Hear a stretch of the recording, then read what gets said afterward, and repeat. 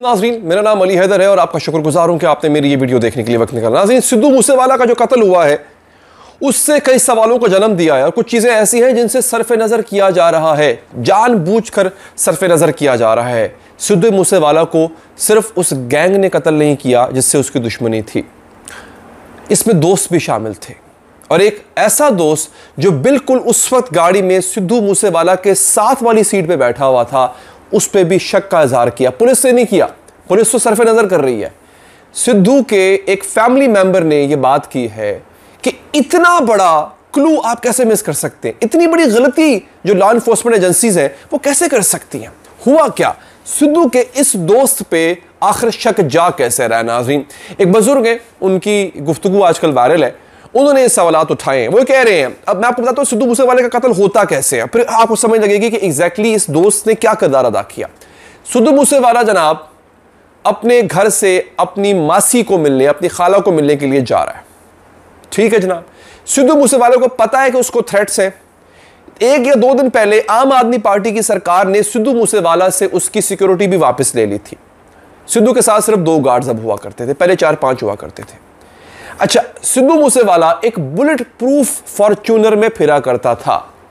हम ये सोच रहे थे, मैं भी अक्सर, कि यार जब पता था कि सिद्धू मूसेवाला को पता था कि जब उसकी जान को इतना खतरा लाहक है, तो फिर वो इंसान अपनी बुलेट प्रूफ गाड़ी छोड़ के एक आम गाड़ी में क्यों निकल पड़ा। सोचने वाली बात है। अब यहां पे बुजुर्ग ये बता रहे हैं, हुआ ये कि सिद्धू मूसेवाला की जो बुलेट प्रूफ गाड़ी थी उसकी चाबी नहीं मिल रही थी, उसकी चाबी गायब है जी। पूरे घर में चाबी ढूंढ रहे हैं, चाबी नहीं मिल रही। फॉर्च्यूनर की गाड़ी की चाबी कहाँ है जनाब। फिर उसके बाद एक जीप थी, वो भी ज़रा हैवी किस्म की थी, उसको चलाने के लिए गया, उसके टायर से हवा निकली हुई है, टायर बिल्कुल फटा हुआ टायर उसका। फिर उसको बिलाखिर जो एक बड़ी नॉर्मल किस्म की गाड़ी होती है उसमें जनाब, क्योंकि उसको जाना था, कमिटमेंट होगी या कहीं जल्दी होगी या कोई बहुत ज़रूरी काम होगा, उसने कहा कि अब मैं इस पंगे में फिरूँ, मैं लेट हो रहा हूँ, मैं जल्दी से होके आ जाता हूँ। वो जनाब उस आम सी गाड़ी में चला गया। अब पहले सवाल तो ये उठ रहा है कि, और यही दोस्त उसके साथ घर में मौजूद थे, कि फॉर्च्यूनर की चाबी गायब किससे की। ये वो सवाल उठा रहे हैं कि ऐसे नहीं है, गुमी नहीं है, गाड़ियों की चाबी ऐसे कहाँ गुमती होती है। और खासतौर पर जब आपको सिक्योरिटी थ्रेट हो, आपके पास एक ही बुलेट प्रूफ गाड़ी हो, उसकी चाबी आप संभाल के रखते हैं। गाड़ी की चाबी कहाँ गुम गई, अचानक से टायर कैसे फट गया, ये इतना कुछ कैसे हो गया एक दिन के अंदर। अच्छा जनाब, आगे वो कहते हैं कि जब मारने वालों ने आके 30 फायर इकट्ठे मारे उसको, सिद्धू मूसेवाला को, जो साथ वाली सीट पे दोस्त बैठा हुआ था वो बड़े आराम से बैठा हुआ था, और जब वो मार के चले गए तो बाकी लोग जो है इधर उधर से आए, कोई पानी लेके आया, कोई पट्टी लेके आया, कोई कपड़ा लेके आया कि सिद्धू मूसेवाले की ब्लीडिंग रोके। वो जो साथ बैठा हुआ दोस्त था वो बड़े आराम से बैठा हुआ, वो कुछ नहीं कर रहा था, वो सिद्धू मूसेवाला को की ब्लीडिंग रोकने की भी कोशिश नहीं कर रहा था, वो उसको हिला जुला भी नहीं रहा था। होता है ना, इंसान शोर मचाता है कि भाई आओ, इसको मार के चले गए, गोलियां मार के चले गए, बचाओ इसको, वो कुछ नहीं करते, आराम से बैठा रहा। अब बकौल उसके अपने बयान के, पुलिस वाले बयान के, कि फिर वो लोग वापस आए, वापस आके उन्होंने मेरा मोबाइल फोन मुझसे छीना है और मुझे गोली मार के चले गए।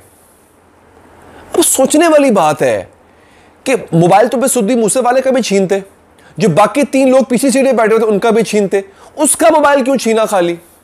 शक ये जाहिर किया जा रहा है कि बेसिकली वो ये दोस्त जो साथ बैठा हुआ था, वो ये बंदा था जो मुसलसल उन दुश्मनों को बता रहा था लोकेशन सिद्धू मूसेवाला की, कि अब वो कहां से जा रहा है, अब हम किस मोड़ पे हैं, अब हम किस चौक में हैं, किस रोड पे हैं। वो मुसलसल साथ में गाइड कर रहा था उनको, और इसीलिए वो उनका मोबाइल लेकर गए कि कल को ये मोबाइल अगर पकड़ा गया तो ये भी पकड़ा जाएगा, फिर हम भी पकड़े जाएंगे।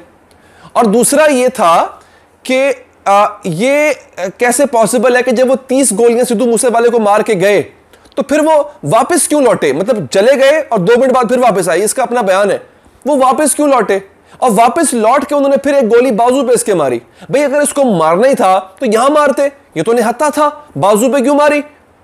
और अगर देखे ना, अगर एक शख्स के पीछे आप वापस आए हैं, दोबारा घूम के रिस्क लेके वापस आए हैं, तो आप उसको मारना चाहते हैं ना, तो मार क्यों नहीं रहे, मार के क्यों नहीं गए आप उसको, बाजू पे को गोली क्यों मार के गए। तो ये सवाल ये बहुत ज्यादा इंपॉर्टेंट है। तो शक ये जा रहा है कि बाकायदा प्लानिंग अंदर से हुई है, बाहर का बंदा, बाहर के लोग तो थे ही, लेकिन उनको फैसिलिटेट जिस शख्स ने किया वो अंदर से किया, और शक जा रहा है उस दोस्त पे, सिद्धू मूसेवाला के उस दोस्त पे जो सिद्धू मूसेवाला के साथ बैठा हुआ था, कि उसने न सिर्फ पूरे प्लान में मावनत की बल्कि थ्रू आउट प्लान के एग्जीक्यूट होने तक वो वहां पे बैठा रहा और उससे मेक श्योर किया कि सिद्धू मूसेवाला की मौत हो। वो बैठा रहा, देखता रहा कि सिद्धू मूसेवाला के जख्मों की ताब ना ला के मर जाए, क्योंकि जख्मी बाकी 3 भी हुए थे जो पिछले बैठे हुए थे, उनको भी गोलियां लगी थी ना। पिछले तीनों को गोलियां लग रही हैं, सिद्धू मूसेवाला गोली लग रही है, जो साथ बैठे से कुछ नहीं हो रहा, उसको बाद में गोली मार के गए हैं। वो पिछले तीनों बच गए हैं, उनको बर वक्त अस्पताल पहुंचाया गया, सिद्धू मूसेवाला के लिए कुछ नहीं किया गया। खैर, ये एक बड़ी अहम इंफॉर्मेशन है जो आप तक पहुंचाना नाज़रीन मकसूद थी। वीडियो पसंद आई हो लाइक कीजिएगा, फीडबैक दीजिएगा, अपना ख्याल रखिएगा। अल्लाह ने के बाद।